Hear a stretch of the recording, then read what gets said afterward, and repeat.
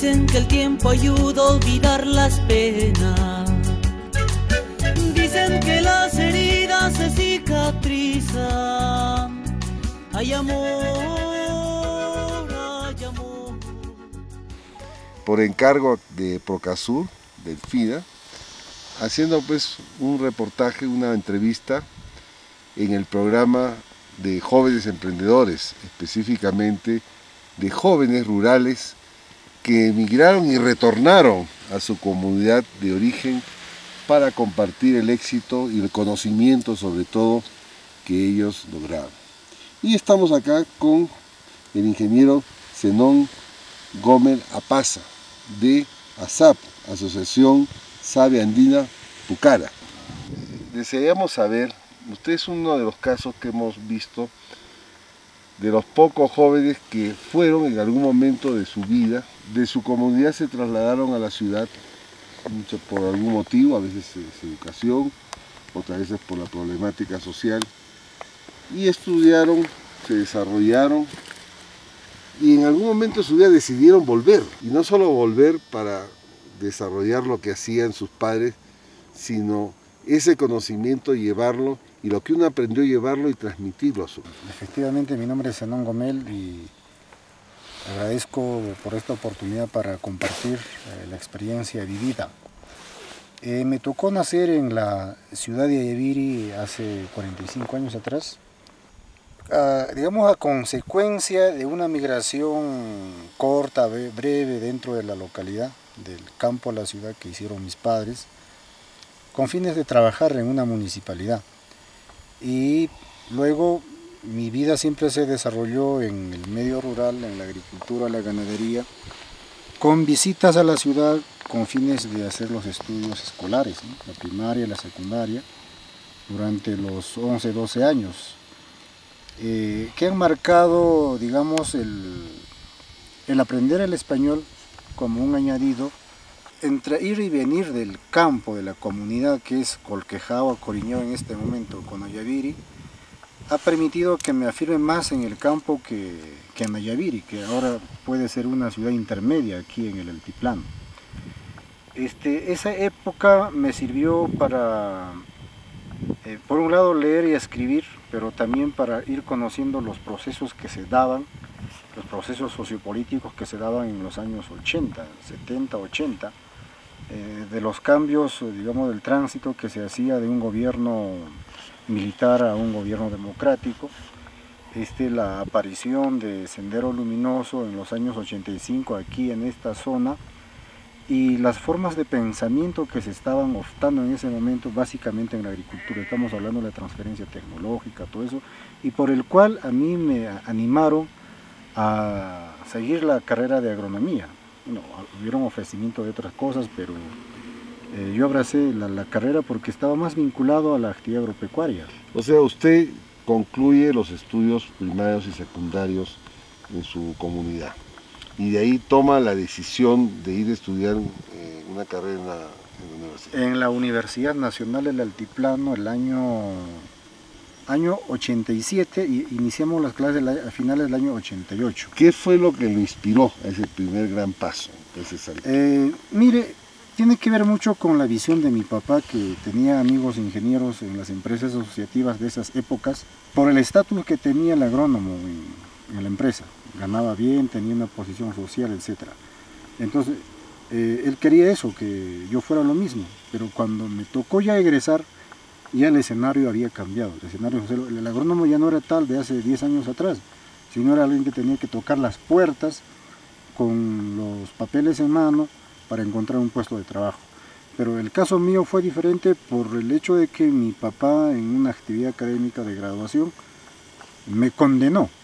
Por un lado, mencionando que los 25 egresados de la promoción del año 1993, ojalá que todos fueran de campo y no de pupitre. Entonces hay una primera sentencia en la que ya mi papá me obliga a volver al campo. Y por otro lado, también por la formación que tuve en los espacios académicos y políticos con los que participé en la universidad, que tenían que ver mucho con la izquierda, había aprendido a vincular la práctica con la teoría. y que la investigación, la agronomía tendría que ser un proceso social.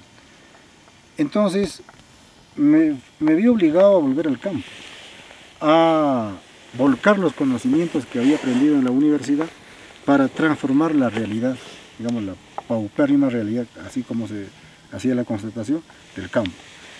O sea que fueron dos factores claves en esa decisión, porque muchos de los que se formaron con usted en la universidad fueron a buscar trabajo en otros lugares, no regresaron. Usted, su promoción, creo que usted fue el único que regresó. Yo asumo que sí. Hace poco tuvimos un encuentro, no de todos, pero de muchos de la promoción, y hacemos un recuento que todos están trabajando en una institución, son especialistas en X cosa, pero en el caso mío, yo me afirmo primero como agricultor por haber vuelto a la comunidad, pero también como alguien que después de egresar ha pretendido volcar los conocimientos y luego encuentra una disparidad entre el conocimiento que hemos aprendido en la universidad con la dinámica de la agricultura de la comunidad. Cuéntenos, cuando usted regresa a su comunidad, ¿qué es lo que encuentra? Bueno, han habido muchos episodios. Digamos, el punto de quiebre fue cuando yo pretendí implementar o instaurar los conocimientos agronómicos en la comunidad, en la siembra.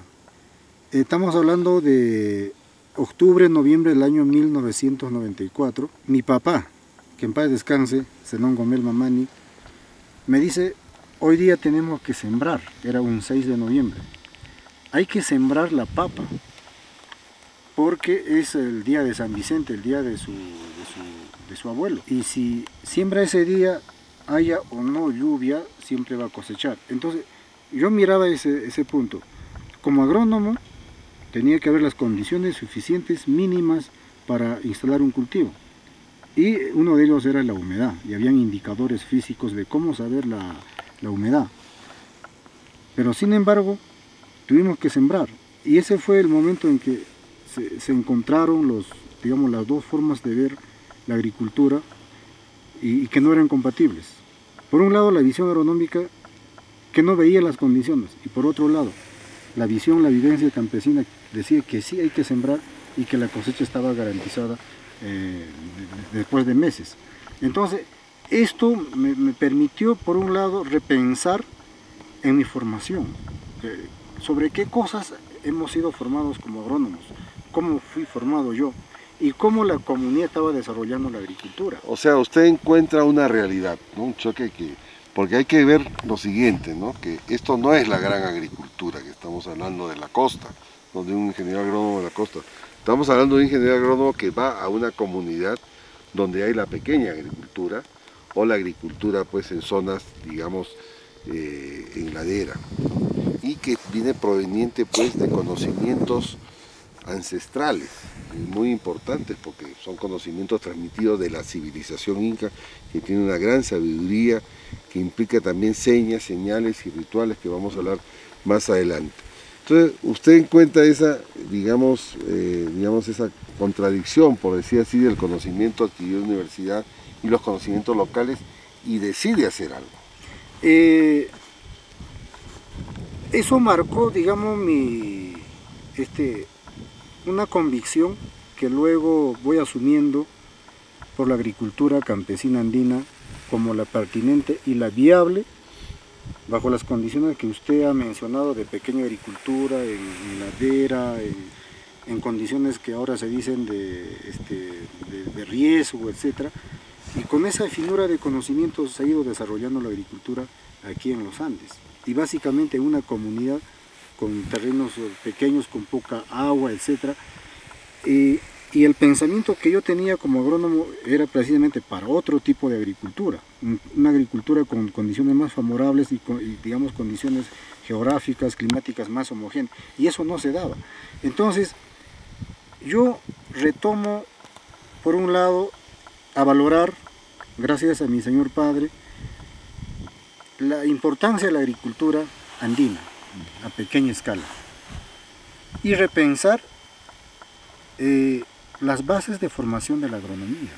¿Por qué la agronomía es así en un país como el Perú, que es la cuna, hace un momento se menciona, de una de las 6 agriculturas más antiguas del mundo? La meca de la agricultura aquí está en los Andes. Entonces, ¿qué está pasando en esa visión de la agricultura en un Perú como ahora, donde en las universidades se enseña un tipo de agricultura, pero el proceso social local de agricultura es otra cosa? Entonces yo abracé el aprendizaje del conocimiento de la agricultura y luego me propuse un proyecto de fortalecerlo, rescatar los conocimientos y difundirlo y practicarlo en las comunidades y en otros escenarios, también académicos y escenarios políticos, años después. O sea, usted, de lo que usted aprendió y los conocimientos activos, y producir un cambio, sobre todo una perspectiva, un cambio de perspectiva, y transmitirlo en conocimiento con la asociación que usted posteriormente fundó. Efectivamente, meses después pensé en buscar medios, mecanismos, instalar mecanismos para favorecer la agricultura local con opciones de financiamiento que se contaba en ese momento más que ahora, y formamos la Asociación Savia Andina, que era el mecanismo por el cual se lograba esos financiamientos para afianzar, ayudar, estimular, fortalecer la agricultura andina en varias comunidades de Pucará. Sí. Resultado de esto, hasta ahora tenemos, por un lado, la valoración de la cultura. Siento que la gente ahora no se siente menos que antes, sino su autoestima por lo menos está fortalecido, y pueden decir que ellos son agricultores, y pueden decir en quechua a cualquier otra persona, incluyendo a los profesionales, la importancia, el proceso, la valoración de la agricultura local. Se han fortalecido los rituales de hace muchísimos años atrás, ya en escenarios públicos, que creo yo en otro tiempo eran así fuertes, visibles, como en este centro ritual. Eran unos rituales muy intensos, muy amplios, muy públicos. Entonces esas cosas se han recuperado, y tiene que ver esto con la relación que tiene el hombre con el cosmos, con la dimensión sagrada del mundo. Lo que antes se decía que eso era malo, era demoníaco, era incluso de los indios, de los que no sirven, ahora tienen importancia. Hemos corroborado, creo, a ese proceso de fortalecimiento, de valoración. No queremos decir que somos los pioneros, pero sí aquí en la región hemos aportado a que eso se haga más visible en temas de valorar la cultura y la agricultura local. Sí, bueno, en mi concepto, ¿no?, que hemos estado conversando, ese es el gran aporte que usted ha hecho, ¿no? No solamente se trata de retornar, producir fuentes de trabajo, financiamiento, se trata de cambiar todo un enfoque, toda una perspectiva. No era considerado que son los saberes andinos, el rescate de los saberes andinos, que es un componente básico que debe estar en todo proyecto, no solamente agropecuario. Estamos hablando de otro proyecto, llámese de hidrología, de cómo se llama, de tratamiento de aguas. Todo eso, esa sabiduría que hay hoy en día sí cobra vigencia en los organismos internacionales y también en ministerios como el Ministerio de Agricultura y Riego, ¿no?, que está justamente incorporando esos componentes, y por supuesto FIDA Procasur, que también está en el rescate de saberes andinos, es una parte importante, así como son los jóvenes emprendedores. Usted ha tenido muchos reconocimientos, he estado viendo, ¿no? Ha viajado a muchos congresos y reconocimientos. Cuénteme de esos reconocimientos que son muy importantes, ¿qué es lo que usted más rescata de esos viajes? Bueno, una primera cosa que veo es que a nivel global, en todos los procesos, tanto del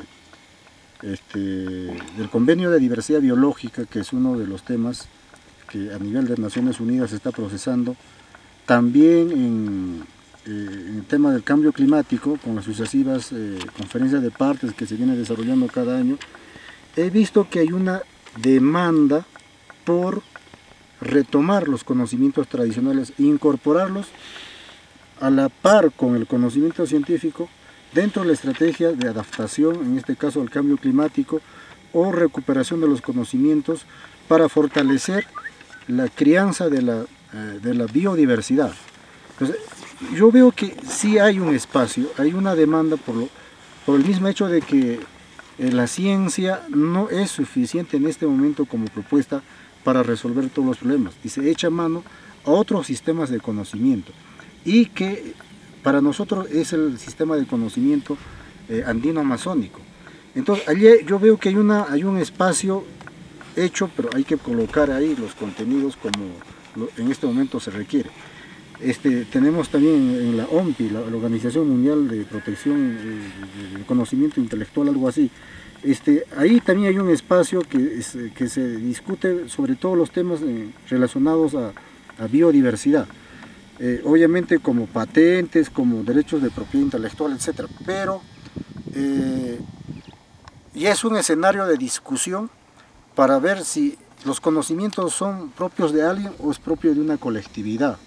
Entonces, yo veo que sí se tiene espacios para valorar, fortalecer a nivel global, pero a nivel nacional también se cuenta con espacios en los ministerios, en proyectos, pero todavía no se tiene, digamos, la metodología clara de cómo recuperar e incorporar, porque todavía se tiene, digamos, un filtro, el filtro del conocimiento científico. Quiere decir que los conocimientos tradicionales los quieren revalidar en términos científicos, y creo que ahí está un gran error. No se puede valorar los conocimientos en términos del otro, sino conocimiento tácito y conocimiento científico. Claro, el conocimiento científico tiene una forma de generarse y una forma de proceder. El conocimiento tradicional, el conocimiento indígena, tiene otro modo de ser, otro modo de generar. Totalmente. Entonces, no podemos valorar el uno en términos del otro. Totalmente. Entonces, ahí creo todavía tenemos problemas en el Perú. He visto en varios escenarios, tanto en salud, en el Centro Internacional de la Papa, también se tiene un proyecto sobre conocimientos tradicionales, pero los quieren todavía filtrar con la metodología científica. Creo que aquí el siguiente escenario que nos toca como país megadiverso y país también con muchos problemas, como el cambio climático, siendo el tercer país que va a sufrir o sufre los efectos del cambio climático, de que estos conocimientos no tienen que valorarse el uno al otro, sino ir juntos, hacer una alianza. Ya los términos de interculturalidad están por demás citarlos, pero creo que hay un término del AINI, la minca, de saberes, de conocimientos, porque tienen que ir juntos, cada cual con su identidad, pero apunta a un mismo objetivo de resolver los problemas comunes. Es que Saberes Andinos no solamente está en el campo agropecuario, y tiene muchas dimensiones, ¿no? Por ejemplo, usted ha escrito el AINI y la minca, son ejemplos de rescate de organizaciones laborales, ¿no? Que hace mucho tiempo están y hoy en día cobran vida, ¿no? Organizaciones como el matrimonio, como el servináculo, claro, sí. ¿No? Vean, en Europa prácticamente hay relaciones así, digamos que son por 1 año, 5 años, ¿no? Entonces, es un rescate total. Digamos, para todos los, para el ser humano en todas las dimensiones de la vida. Yo he visto el tema de la agricultura, que es lo que por mi vocación abordo con más intensidad. Hemos visto el tema de salud, de cómo se aborda una enfermedad desde los conocimientos tradicionales. Hemos visto el tema de la organización a partir del AILU, se fortalecieron algunas organizaciones del AILU y toda la dinámica o la fisiología que tiene esto. Hemos visto el tema de los derechos consuetudinarios con las rondas campesinas, que a partir de los valores locales tratan de regenerar alguna falta o a la persona que cometió una falta para que se reincorpore a la sociedad sin necesidad de castigo. Y también en otros temas como educación, cuando no había las escuelas oficiales, había un sistema comunitario de educación para formar gente con respeto, con valores que finalmente ponderaban la importancia de la naturaleza y la importancia del ser humano, claro, sin pasar por un esquema de abstracción. Entonces creo que los conocimientos, la cultura, permea todas las dimensiones de la vida, y allí creo que sí es necesario contar con, digamos, con mecanismos, medidas que el Estado debe ya instaurar para recuperar y poner como políticas públicas estas cosas para una convivencia armoniosa del país, así como lo dice la Constitución política, pero también las comunidades. Nosotros aspiramos al buen vivir, al Incausay, que creo que son cosas comunes que nos juntan, pero los mecanismos son diferentes, las metodologías son diferentes, los contenidos son diferentes, y esos contenidos me parecen son los que hay que ahora hacer la minca del saber, el minca de conocimiento, por no decirle una complementariedad, no una sustitución del uno sobre el otro, ni la anulación, sino la complementación. Sí, Esa es la sinergia también. La sinergia, digamos, en términos científicos. También he visto que usted tiene varias publicaciones, lo felicito, también la labor de Pratec, ¿no? Estamos acá en este complejo, ¿no?, de Pucará, y queremos que nos explique el ingeniero Gómez qué este espacio, qué significa. Aparte de lo que estamos, la gran mayoría de los peruanos y los turistas acostumbrados, qué bonito los andenes, hay algo detrás. Hay algo detrás que significa símbolos, signos, su relación con la cosmovisión y el cambio climático. Bueno, estamos en la parte alta de la pirámide, porque acá tenemos 4 niveles de andenes, y esta es una de las plazas hundidas. Aquí tenemos 3, una que está más al norte y otra hacia el sur. Esta plaza marca el camino del sol. Digamos los extremos, las esquinas, allá es el noreste, con el solsticio de junio y con la rampa que tenemos acá, no de la plaza, sino la rampa, con solsticio de diciembre. Entonces el sol se mueve de junio a diciembre en ese segmento de ida y vuelta, sale en junio acá, luego el 23 de septiembre en esta puerta, y el 21 de diciembre en la esquina de la rampa, y luego regresa nuevamente el 21 de marzo, que es el equinoccio de marzo, sale por la misma puerta del equinoccio cuando fue en septiembre, y llega al 21 de junio en el solsticio para nuevamente salir. Eso es una cosa muy simple de decir, que describe la salida, entrada del sol. Ahora mire, yo estaba haciendo seguimiento durante los últimos 20 años de la salida del sol el 21 de junio. Hace 20 años el sol salía como a las 6:05 minutos. 6:05 minutos. Ahora está saliendo cerca de 6:30. Hay un retraso de 25 minutos. Ahora, ¿cómo lo relacionamos con los hechos? Los tiempos están cambiando. Hay menos lluvia, hay más granizada y también heladas. Cuando esto le decimos cambio climático o variabilidad climática. Parece que el signo que nos está dando nada más que la salida del sol es que esos tiempos difíciles se acentúan y hay que hacer algo.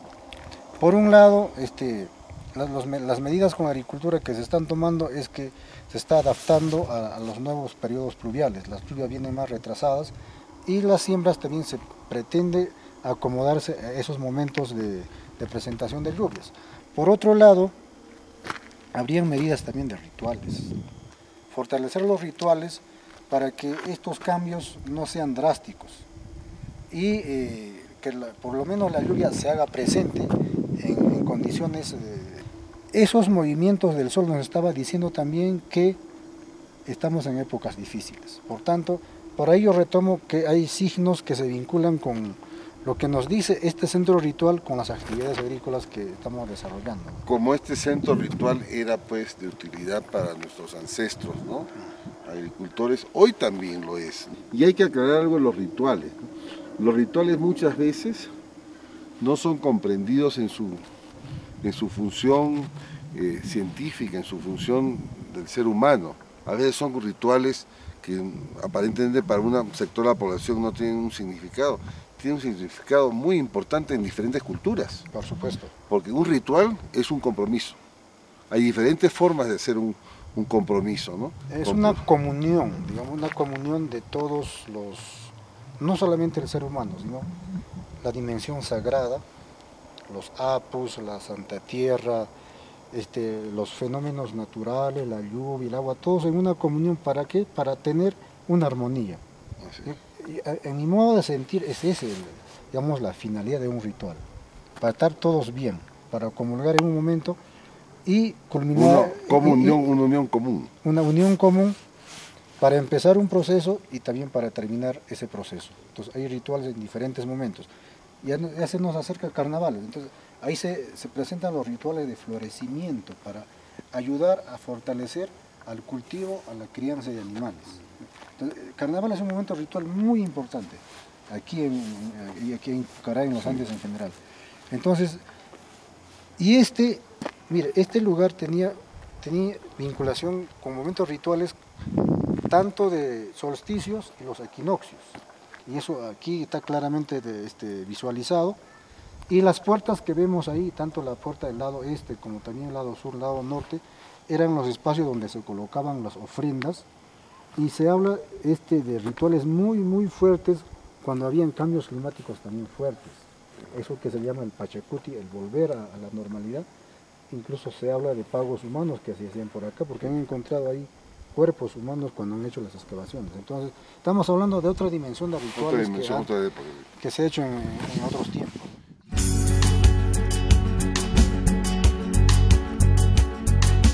Dicen que el tiempo ayuda a olvidar las penas. Dicen que las heridas se cicatrizan. Hay amor